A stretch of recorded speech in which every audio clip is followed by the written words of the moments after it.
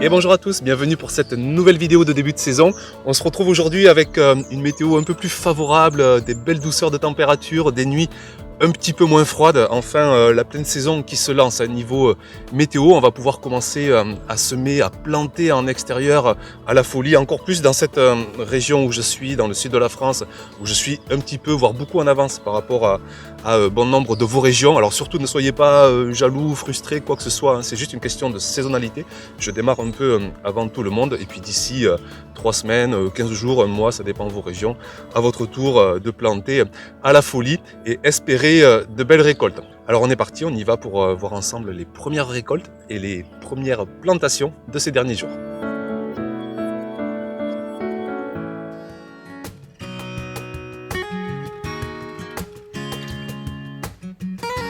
On commence par la plantation des premiers plants de courgettes de la saison. Je pense en mettre 5 ou 6 au potager sur la saison, 3 maintenant hein, dès le début et 3 un peu plus tard pour avoir des récoltes plus éloignées en septembre et en octobre. Les semis sous serre sont vraiment allés très vite hein, et c'est toujours le cas avec cette culture. J'ai semé il n'y a même pas un mois et vous voyez déjà les plants énormes que ça donne. Et comme à chaque fois que je sors un petit cajot de plants de la serre, j'embarque aussi quelques godets de fleurs que je planterai en association à côté des plants de courgettes.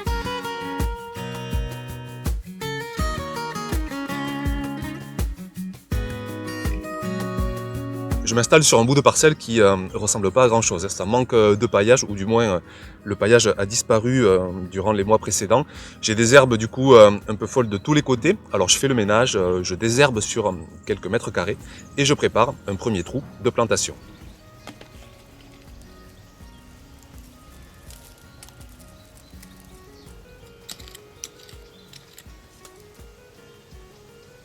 Alors c'est une parcelle qui n'a reçu quasiment aucun amendement sur les mois précédents. J'avais pas assez de paillage, compost, fumier. Donc là du coup je me décide à mettre du compost maison dans mes trous de plantation. Ce compost, il a encore pas mal de grossièreté, notamment des gros morceaux de bois, et j'ai envie d'éviter ça dans mon sol. J'ai toujours peur d'une fin d'azote.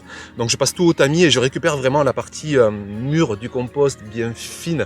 Et je peux vous dire que rien qu'au toucher, rien qu'à l'odeur, on sent vraiment que ça vaut de l'or ce compost. Et donc j'embarque tout ça. Et comme c'est un amendement, c'est peu concentré en minéraux, hein. Il y a vraiment aucun risque de brûlure pour les racines. Donc j'y vais en quantité, je mets plusieurs poignées dans chacun des trous de plantation. Ça va libérer lentement, doucement des minéraux dans les semaines, dans les mois à venir. Et j'espère ainsi avoir des méga plants de courgettes.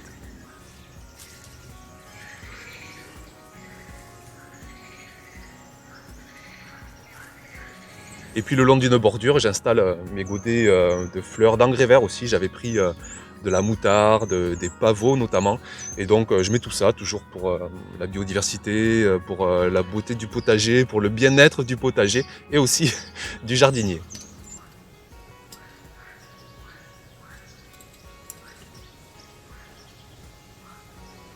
Juste après la plantation, je commence à fortement pailler le potager avant qu'on arrive à les grosses chaleurs et elles vont vite arriver. Et là, j'ai la dose hein, en stock de paillage, j'ai du broyat de végétaux en tout genre, j'ai de la tonte de prairie. Et pour vous donner un ordre de grandeur, je vais passer 2 brouettes bien pleines de paillage sur à peine 3-4 mètres carrés maximum. Je mets la dose parce que vraiment je veux tout faire pour préserver un sol humide. Donc ça passe par un gros paillage, par de l'ombrage parfois, par de l'arrosage aussi parfois. C'est les 3 solutions hein, qui permettent de s'en sortir même dans des régions chaudes. Et bien sûr si vous êtes dans une région beaucoup plus tempérée, que vous avez des pluies occasionnelles, que vous avez moins de chaleur, ben, vous aurez besoin que d'une solution, à la rigueur un peu de paillage et ça suffira. Mais ici donc j'additionne gros paillage, ombrage, arrosage pour vraiment préserver ce sol humide. C'est le moteur de fertilité d'un potager naturel. C'est vraiment par là que passent toutes les clés de fertilité. Donc on paille, on paille, on paille.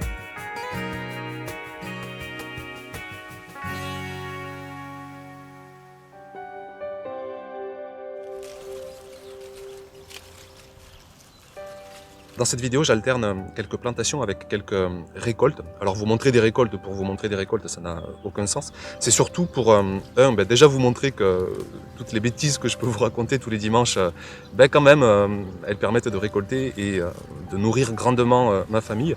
Et deuxièmement, c'est l'occasion de vous parler du cheminement, de l'itinéraire qui a abouti à ces récoltes. Alors ces blettes, ce sont en fait des plants qui sont dans leur deuxième année, c'est pour ça que les récoltes sont très précoces. Je les avais plantés l'année dernière et ce sont des plants, c'est une culture en tout cas qui peut durer sur 2 années.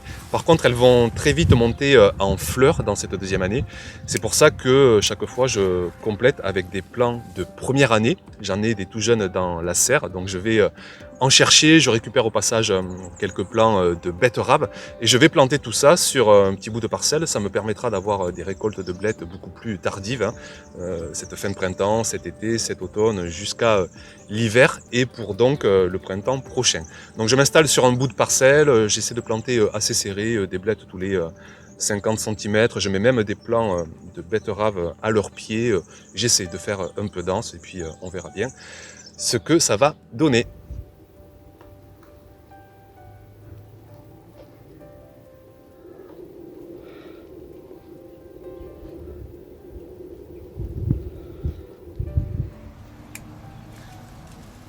Les épinards, eux, ils font partie de toutes ces cultures que je vous avais montrées, c'était il y a 2 mois, dans la vidéo des 10 cultures à semer en février-mars, donc plutôt février dans ma région douce.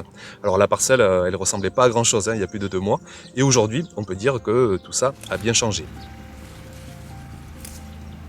Ces beaux épinards, c'est la résultante de plusieurs clés de fertilité, un sol constamment humide, une température assez douce, 15-20 degrés, pas plus, sinon ils aiment pas trop ça, des composts, des amendements qui sont amenés en amont des cultures, et puis je complète aussi avec un petit pipi dans l'arrosoir de temps en temps, je dilue 1 litre d'urine dans un arrosoir, et je fais un arrosage au semis 15 jours après, puis un dernier 15 jours après. Ça apporte un complément d'azote, ça n'a rien d'obligatoire je pense, mais ici en tout cas, je trouve que ça leur fait grandement du bien, je trouve ça pas du tout dégoûtant, je vois pas du tout la différence entre le fait d'utiliser un compost de fumier par exemple de cheval, le fumier c'est aussi de l'urine, des déjections des animaux qui sont compostés. Tout ça, ça passe par la vie du sol, c'est optimisé, c'est minéralisé, c'est décomposé et c'est vraiment de la richesse naturelle qu'on offre à nos cultures de légumes.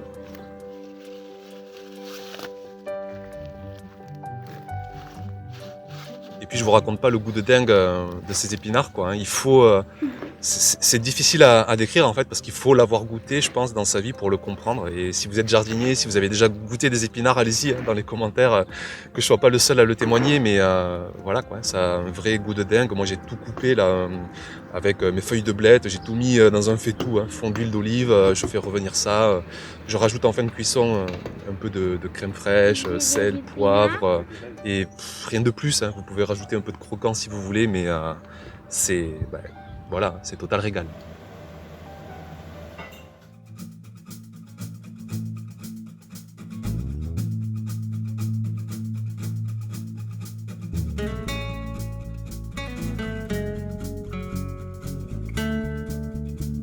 Alors les choux, c'est une culture qui déteste l'excès de chaleur. Ils ont un milieu d'origine près des océans, avec les embruns, de la brume. Et donc du coup, ils adorent l'humidité, ils adorent les sels minéraux. Donc là, je me dépêche de vite les planter pour pas qu'ils soient sous la chaleur de l'été, pour les récolter vers la fin juin au plus tard.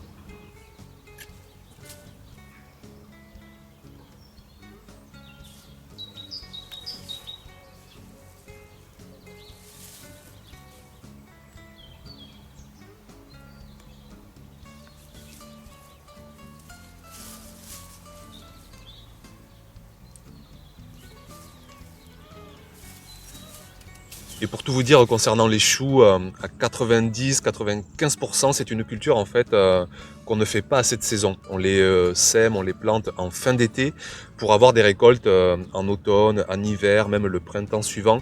Parce que voilà, ils ont vraiment du mal en été par ici. Et puis on s'en régale pas tellement en plein été, on préfère tellement toutes les autres cultures du potager. Mais là, bon, j'ai quand même craqué pour quelques plants, en plus ils sont magnifiques.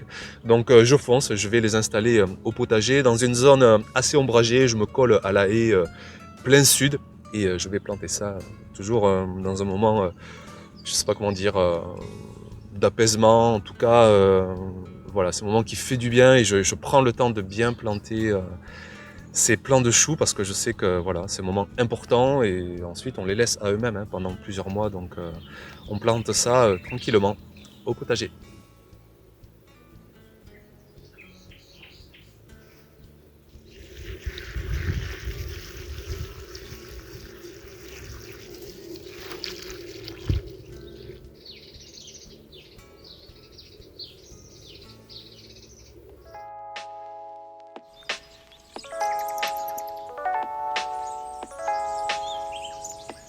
Ici, c'est une parcelle qui, elle aussi, ne ressemblait pas à grand-chose, hein. C'était en novembre dernier, avec des semis de pois et de fèves. Dans les régions douces, on peut faire des semis d'automne qui vont passer l'hiver dehors.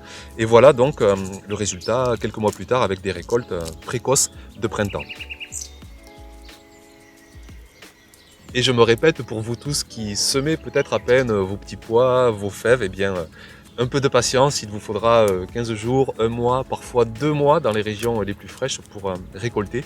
C'est la joie de notre pays, c'est la joie des diversités de climat. On est tous à des rythmes différents, surtout à cette période de l'année. Ensuite en été, on est un petit peu tous à la même enseigne. Et concernant les fèves, encore plus cette saison, je pense que je vais les récolter à ce stade en fait de maturité quand elles sont vraiment très jeunes. Alors il y a plusieurs avantages. Déjà la cosse, l'enveloppe hein, de toutes les fèves, ce qu'on appelle la cosse, elle est très verte, elle est très croquante, elle fait pas de fil quand on l'ouvre en deux, ce qui fait qu'on peut la consommer comme ça entièrement. Du coup on a beaucoup moins de préparation à faire, on n'a pas à écosser les fèves, on n'a pas non plus à enlever la peau de chaque fève. Vous savez que chaque graine, il y a une peau superficielle qui va l'entourer, qui va se développer au fur et à mesure que les fèves vont grossir. Donc là, à ce stade de maturité, on peut manger les fèves, la peau des fèves et la cosse des fèves, ce qui fait qu'au final, on a quand même des récoltes assez conséquentes.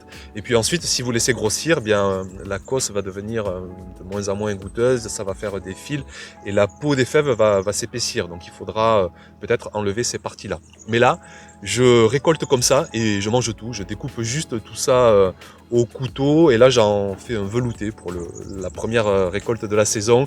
Je mets tout ça dans un faitout avec de l'eau. On peut rajouter un bouillon de volaille par exemple, des patates, un peu de crème. On mixe tout ça.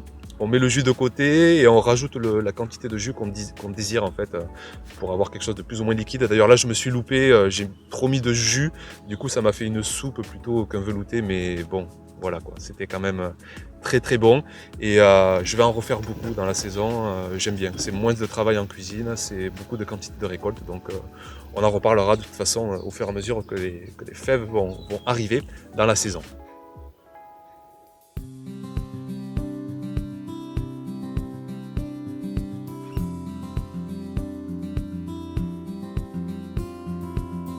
Ça fait de nombreuses semaines maintenant que je veille sur mes plants de patates douces. On est parti d'une vieille patate douce qu'on a bouturée, ça a fait des lianes, on les a découpées, on les a enracinées, on les a remis en terre et voilà donc maintenant des beaux plants de patates douces qui sont prêts à être plantés en pleine terre. Alors ils aiment bien quand même la chaleur, ce qui fait que là je vais faire mes premières plantations sous serre, directement sous le plan de travail que je vais enlever bien sûr d'ici 15 jours, 3 semaines.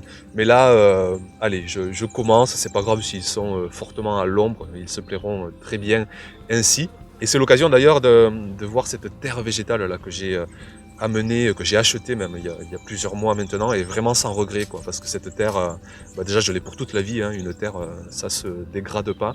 Et puis de voir aussi cette texture sableuse, c'est vraiment incomparable avec mon sol capricieux, très argileux. Là, je plante vraiment dans une terre très agréable et j'y ai rajouté aussi déjà beaucoup de compost. Donc ça devrait vraiment offrir là aussi de belles récoltes. En tout cas, pour l'instant, ça offre de beaux espoirs de récolte et puis on verra ça bien sûr dans les semaines, dans les mois à venir.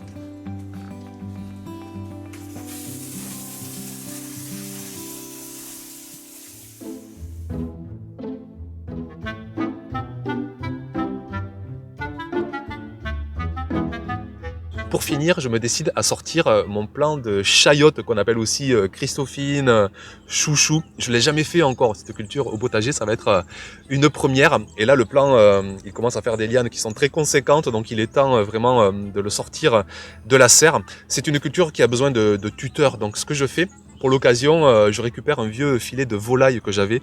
Je m'en étais servi pour isoler mes poules en fait pendant une période. Je voulais les isoler, puis en fait ça m'a pas plu. Et puis maintenant que j'en ai que 3, en fait, je les laisse en liberté sur le terrain. Donc du coup j'avais ce filet qui traînait. Et bien je vais m'en servir. En plus j'ai 20 mètres. Donc là je vais prendre un morceau de 3 mètres et je l'ai accroché à mes structures qui sont déjà en place au potager, qui me servent à ombrager en plein été.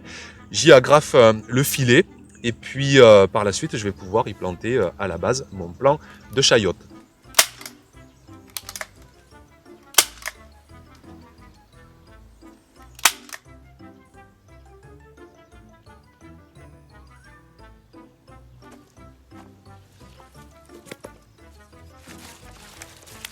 J'ai pas beaucoup de place à la base du filet entre les salades, les oignons, donc je récolte une salade en fait et j'enchaîne direct avec cette plantation de chayotte. Alors comme j'enchaîne les cultures, j'enrichis là aussi, j'utilise toujours mon compost maison que je mets directement dans le trou de plantation et en avant.